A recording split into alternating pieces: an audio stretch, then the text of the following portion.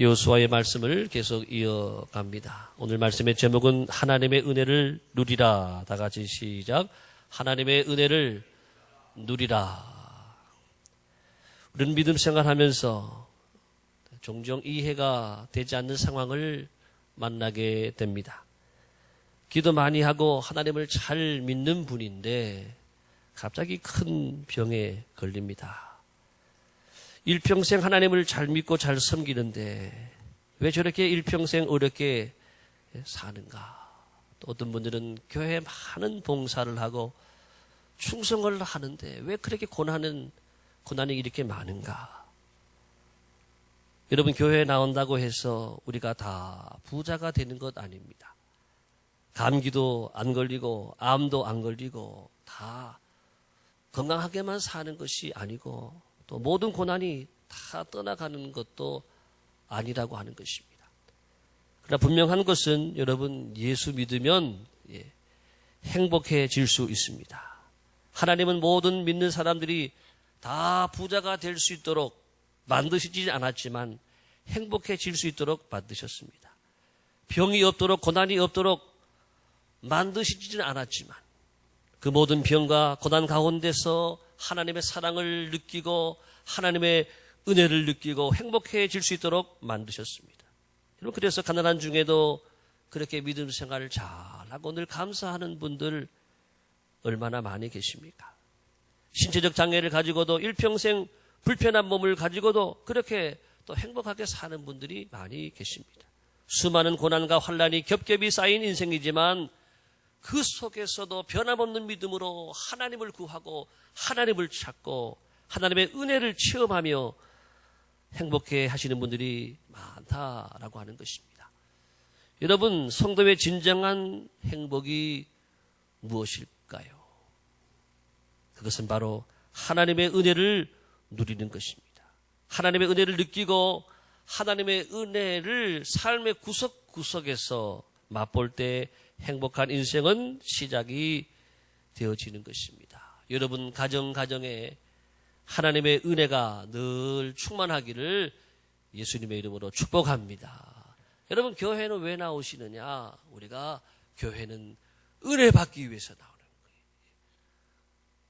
우리가 기름이 떨어지면 주유소 가는 것처럼 은혜의 기름, 은혜의 에너지를 충전하기 위해서 우리가 하나님의 집에 나온다라고 하는 것입니다. 이 은혜가 여러분이 가는 곳마다 전해지고 흘러갈 때 우리가 살아가는 모든 땅에도 이 하나님의 은혜가 흘러 넘치게 될 것입니다. 한번 따라하겠습니다. 나는 은혜를 누리며 살리라. 나는 은혜를 누리며 살리라. 그 은혜를 영원히 누리겠네. 곧 평안히 쉬리로다. 은혜가 와야, 은혜가 임해야 평안이 오고 행복이 오는 줄을 믿습니다. 여러분의 형편이 어떠하든지 상관없이, 여러분들이 어떤 일을 만나느냐 상관없이 하나님의 은혜를 누리며 살아가는 것이 진정한 크리스찬의 모습이다라고 하는 것입니다. 이 은혜의 삶을 이번 한 주간 동안도 도전하시기를 바랍니다. 여러분, 이스라엘 백성들은 출애굽 이후에 계속 하나님의 은혜 속에서 행진하고 있습니다. 그러나 문제가 생겼습니다. 이 모든 은혜의 행진을 제일 앞장서서 이끌어가던 모세가 죽었습니다. 그것도 가나안을 바로 눈앞에 두고 모세가 죽었습니다. 이스라엘 백성들이 얼마나 슬펐겠습니까? 이스라엘 백성들이 앞이 캄캄했을 것입니다. 막막했을 것입니다.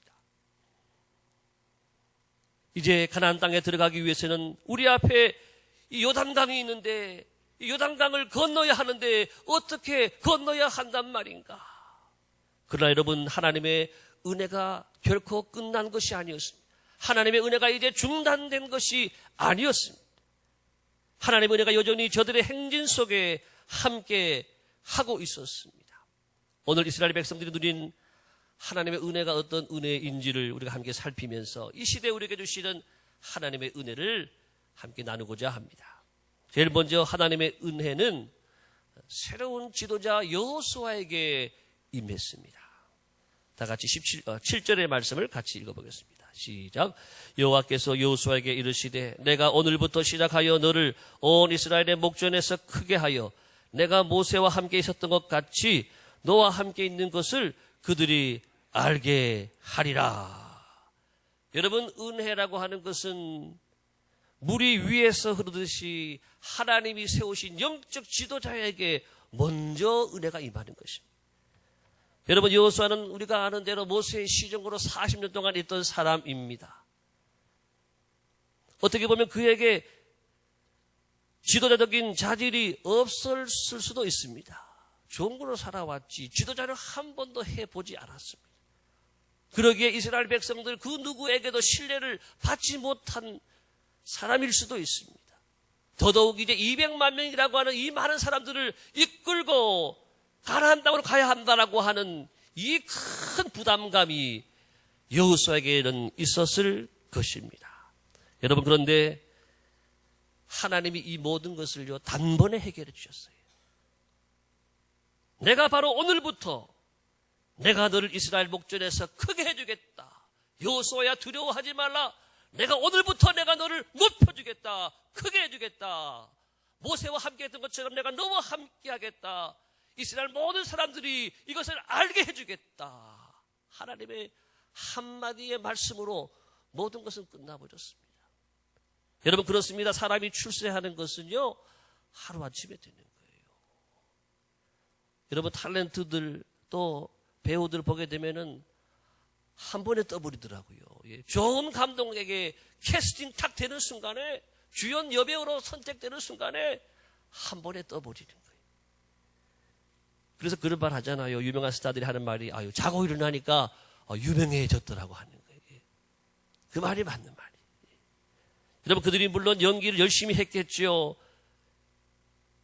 여러분, 그런데 연기를 열심히 안 하는 사람이 있습니까? 다 더 많은 돈을 벌고 다 더 큰 인기를 가지기 위해서 다 열심히 연기할 거예요. 연기 열심히 한다고 다 잘 되느냐? 스타가 되느냐? 아니라고 하는 거예요. 캐스팅이에요, 캐스팅. 감독이, 연출자가 선택해줘야지, 선택받아야지 비로소 내가 스타가 되는 거예요. 주연 배우로 선택되는 순간 분장사가 따라붙습니다. 미용사가 따라붙습니다. 의상 디자이너가 따라붙습니다. 무술 감독이 따라붙습니다. 말도 또 특별히 탁 줍니다. 주연 배우로 캐스팅 되는 순간 하루아침에 다 만들어집니다. 사극을 보게 되면 여러분, 주연 배우들의 옷을 보게 되면 아유, 너무너무 화려하고 멋진 옷을 입고 있어요. 왜? 감독이 그 배역을 맡겼기 때문에 그 배역에 맞는 모든 것을 다 투자해 주는 거예요. 또 드라마가 시작이 되면 보면 주인공은요 절대로 안 죽어요. 중간에서 절대로 죽는 법이 없다라고 하는. 언제 죽느냐? 이 드라마가 끝나는 마지막 회에 가서, 그때 가서 다 이루었다고 죽지 그전에는 절대로 죽는 법이 없다라고 하는 것입니다. 그리고 대사도 제일 많아요. 주연 배우가 되면 대사도 제일 많고 출연도 제일 많이 하고, 그러니 출연료도 제일 많고 또 상도 아유 그 사람들이 다 받아요. 네. 여러분, 누가 그렇게 만들었습니까? 그것은 내가 한 게 아니에요. 감독이 그렇게 캐스팅하고 불러주고 써줬기 때문에, 그런 배역을 주었기 때문에 가능하다라고 하는 것입니다. 우리 인생의 감독은 여러분 하나님이신 줄을 믿습니다. 하나님이 우리의 감독이 되셔서 여러분을 불러주시고 선택해 주시고 크게 사용하시기도 하고 낮추기도 하신다라고 하는 것입니다. 다윗은 그래서 이렇게 고백을 하고 있죠. 역대상 29장에서 다윗의 고백 다 같이 시작. 부와 기가 주께로 말미암고 또 주는 만물의 주제가 되사 손에 권세와 능력이 있사오니 모든 사람을 크게 하심과 강하게 하심이 주의 손에 있나이다. 할렐루야. 우리를 강하게 하시고 크게 하시고 높이기도 하고 낮추기도 하시는 것이 하나님의 손에서 이루어졌다라고 하는 것입니다. 여러분, 그렇습니다. 하나님의 손에 달려 있습니다. 하나님의 말씀대로 순종하고 하나님 마음에 합한 사람으로 살아간다면 하나님은 우리도 아브라함을 책으로 쓰시고 요셉을 또 책으로 쓰시고 모세를 책으로 쓰시고 여호수아를 책으로 쓰시고 다윗을 책으로 쓰신 것처럼 여러분들도 하나님께서 크게 사용해 주실 줄을 믿습니다. 오늘 여러분 먼저 은혜 누린 사람이 누구냐 하면은 여호수아예요. 여호수아. 가정에서도 가장이 먼저 은혜 받는 게 중요해요. 그 가정이 복된 가정이 되는 거예요. 회사도 사장님이 먼저 은혜 받고 은혜를 누리는 회사라고 한다면 그 회사가 복된 회사가 되는 거예요. 대학도 총장님이 은혜 받은 총장님이라고 하면은 그 대학도 달라지는 거예요. 나라도 마찬가지입니다. 대통령이 은혜를 받고 은혜를 누리는 사람이라고 한다면 이 나라도 달라지게 될 줄을 믿습니다. 여러분, 우리 대통령께서 하나님을 아는 분입니다. 하나님의 은혜를 늘 체험하고 하나님의 은혜 가운데 그하고 누리게 되도록 여러분 기도해 주시길 바랍니다. 여러분, 여기 서 있는 담임 목사도 하나님의 은혜를 늘 누리며 살아가도록 늘 은혜가 충만하도록 여러분 기도해 주시기를 바랍니다. 여러분, 제가 잘 돼야 여러분 좋은 거예요. 그때는 아멘을 힘차게 해야 되는데 제가 잘 돼야 여러분이 좋은 거라니까요. 제가 매일 병들어가지고 골골 해봐요. 제가 늘 마음에 상처받고 스트레스가 가득하고 늘 괴로워가지고 강단에 서봐요. 여러분에게 좋은 말씀이 갈 것 같아요. 좋은 양식이 갈 것 같아요. 병든 음식, 병든 양식 먹으면 여러분 잘 살 것 같아요. 하나님의 은혜가 주의 종에게 임해야 될 줄을 믿습니다. 하나님의 은혜가 주의 종을 사로잡아 주셔야 될 줄을 믿습니다. 그래 여러분에게 은혜의 말씀, 생명의 말씀, 능력의 말씀, 성령의 말씀이 선포되고 우리 영혼을 살리게 될 줄을 믿습니다. 여기에 달려있는 거예요. 강단을 살려야 내가 사는 거예요. 강단이 일어나야 내가 일어나는 거예요. 강단이 부흥이 되어야 우리가 부흥되고 교회가 부흥되고 가정이 살게 될 줄을 믿습니다.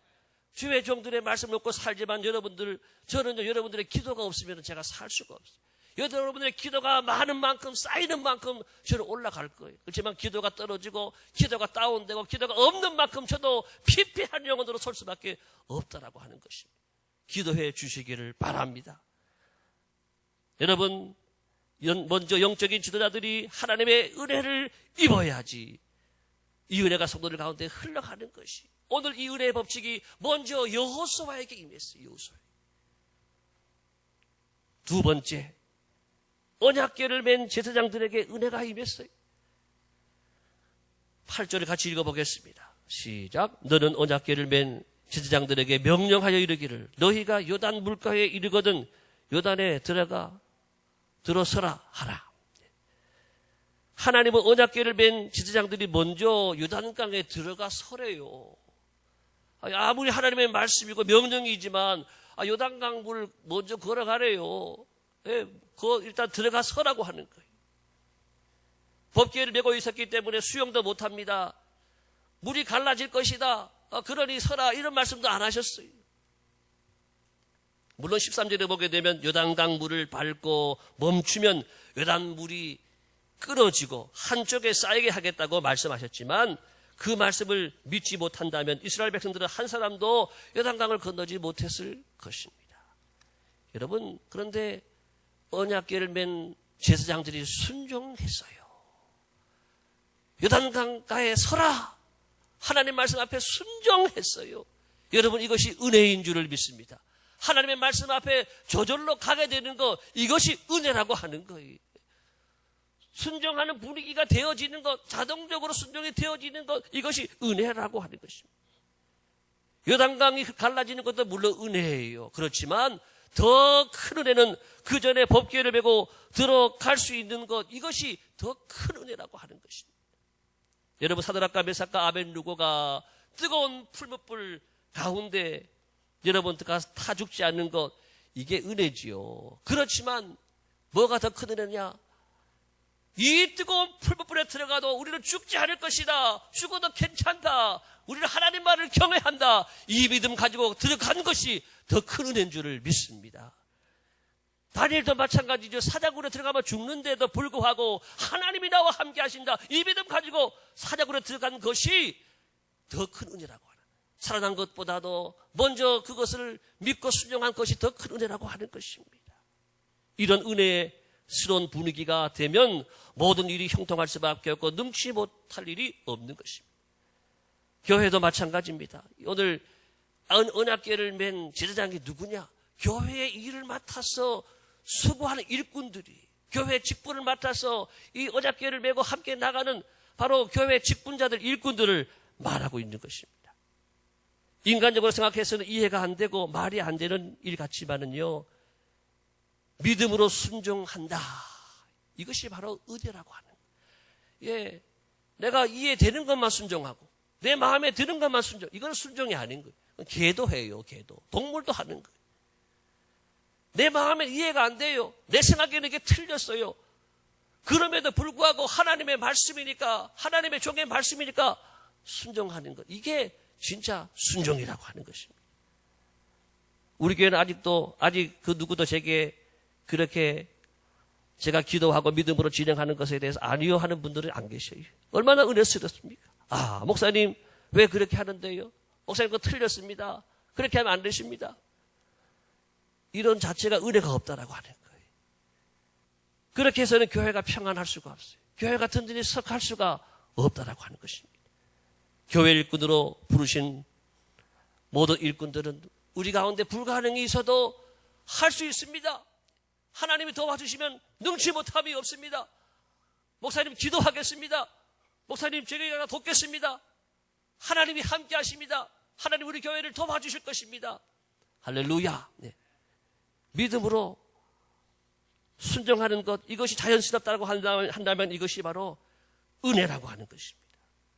이런 은혜가, 자연스러운 이 은혜가 저와 여러분에게 함께하기를 축복합니다.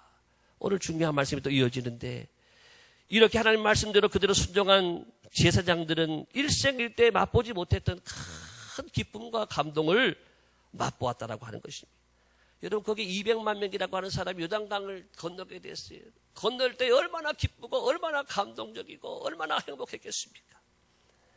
여러분, 그렇지만 가장 실감나는 감동과 기쁨을 누린 사람은 누구냐? 200만 명이 아니, 언약궤를 맨 제사장들이 더 큰 기쁨과 더 큰 감동, 더 큰 은혜를 입었다라고 하는 것입니다.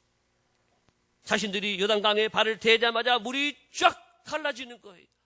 하나님의 말씀에 순종했더니 발을 대는 순간 이 요단강 물이 쫙 갈라지죠. 세상에 이런 기막힌 일이 어디 있습니까?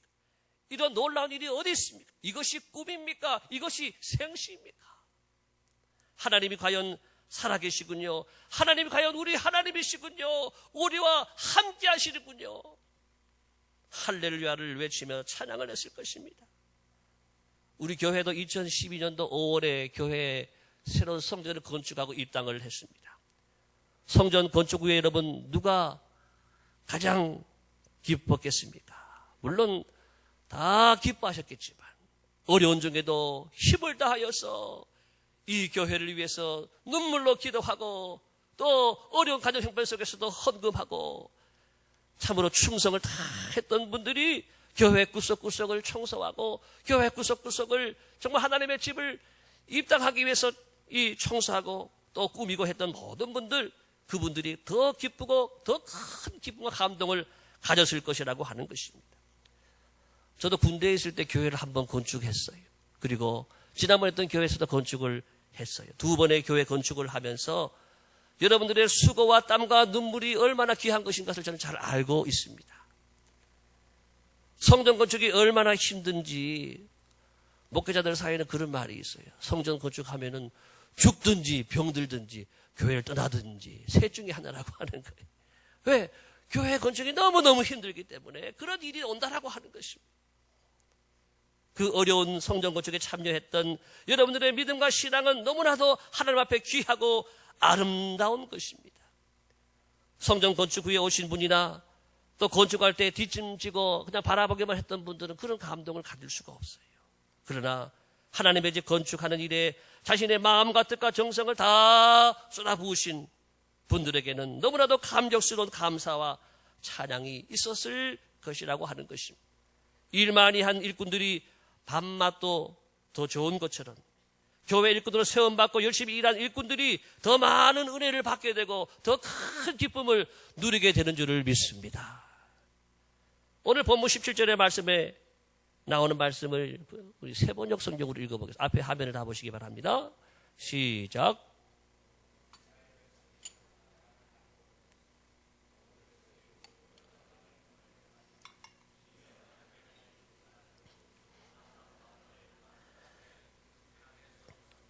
예, 언약궤를 맨 제사장들이 요단강 가운데 마른 땅에서 하나님 말씀대로 거기 계속 서 있는 거예요. 마른 땅 위에 튼튼하게 서 있었다. 언약궤를 맨 제사장들은 끝까지 자기 자리를 지켰다라고 하는 것입니다. 200만 명이나 되는 수많은 백성들이 다 요단강을 건너기까지, 요단강을 건너는 이 대역사를 마치는 시간까지, 순간까지 언약궤를 맨 제사장들은 그대로 요단강가에 남아 있었다. 얼마나 아름다운 모습입니까? 자신의 역할을 끝까지 감당하는 정말 아름다운 모습인 것입니다. 오늘날 우리 교회 성도들도, 교회 일꾼들도 마찬가지입니다. 내게 주신 직분을 끝까지 잘 감당하는 책임 있는 사람, 충성된 사람이 되어야 하는 것입니다. 세월호 선장처럼 배 안에 많은 학생들과 승객들을 내버려 두고 나 혼자 살겠다고 뛰쳐나가면 세상 사람들도 손가락질하는 그런 행동이라고 하는 것이죠. 가장 아름다운 사람은 끝이 좋은 사람입니다.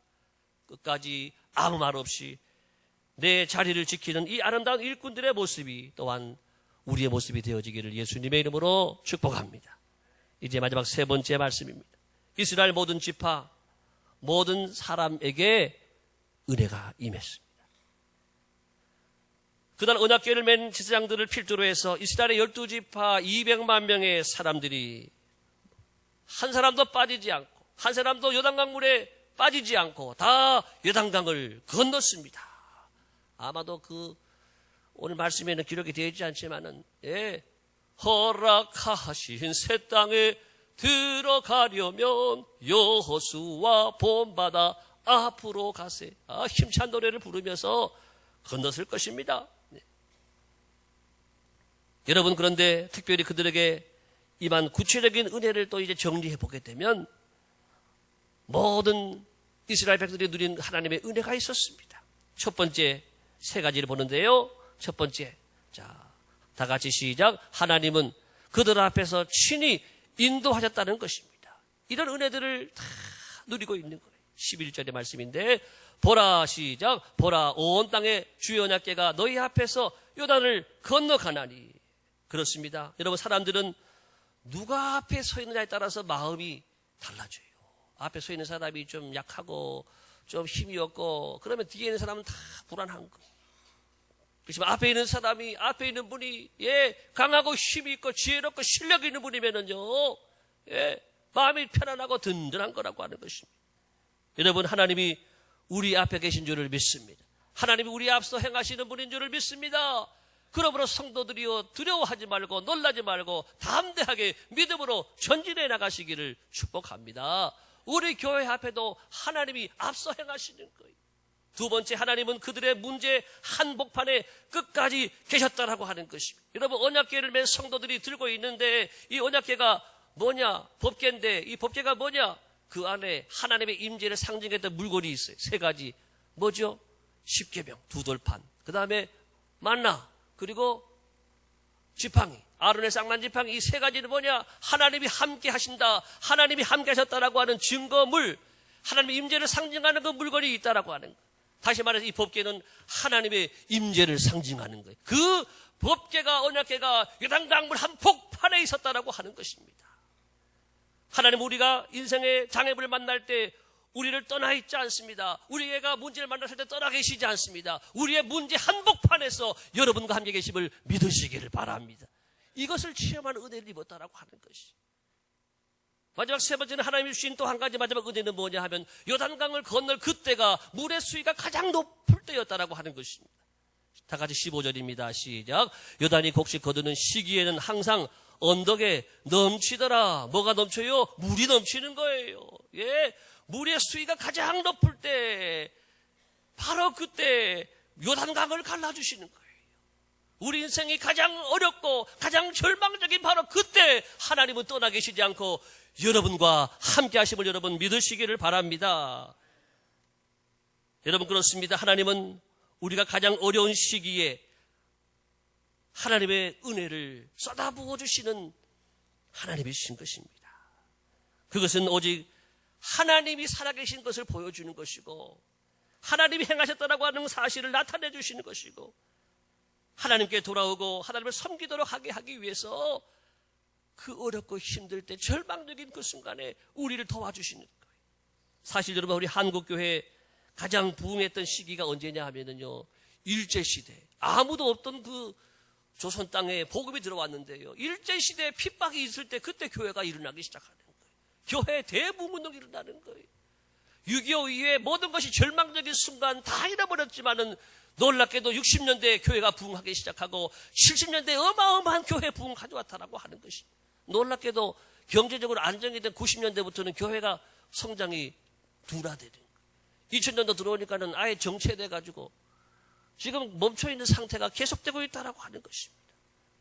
대한민국만 그렇지 않습니다. 세계 모든 나라가 그렇습니다.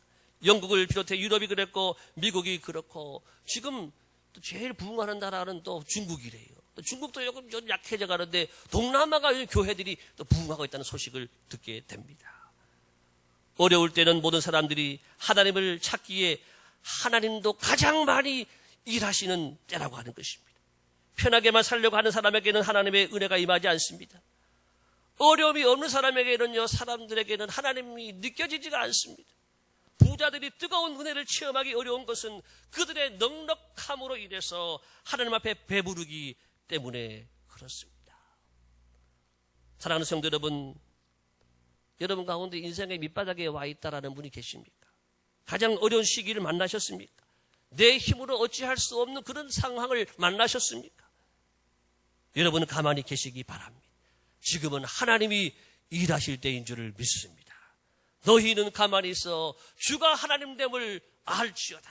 여호와의 구원하심을 바라보라. 하나님만 바라보고 진실함으로 기도하시고 하나님을 찬양하시기를 바랍니다. 우리의 작은 신임에도 응답하시는 하나님이 여러분의 인생에도 기적을 선물로 주실 것입니다. 회복을 선물로 주실 것입니다. 승리의 축복을 선물로 주실 것입니다. 이제 말씀을 맺습니다. 우리는 하나님의 은혜로 부르심을 받은 사람들입니다. 하나님의 은혜가 지금도 여러분 계속해서 흘러가고 있는 줄을 믿습니다. 구원받은 백성들에게는 지금도 하나님의 은혜의 행진이 계속되고 있는 줄을 믿습니다. 은혜를 누리시기를 바랍니다. 우리 앞서 행하시는 하나님, 우리의 문제 한복판에 살아계시는 하나님, 가장 어려운 그 순간에 우리를 도와주시는 그 하나님이 저와 여러분의 하나님이십니다. 이 하나님의 놀라운 구원의 은혜를 누리시는 한 주간 되어지시기를 예수님의 이름으로 축복합니다.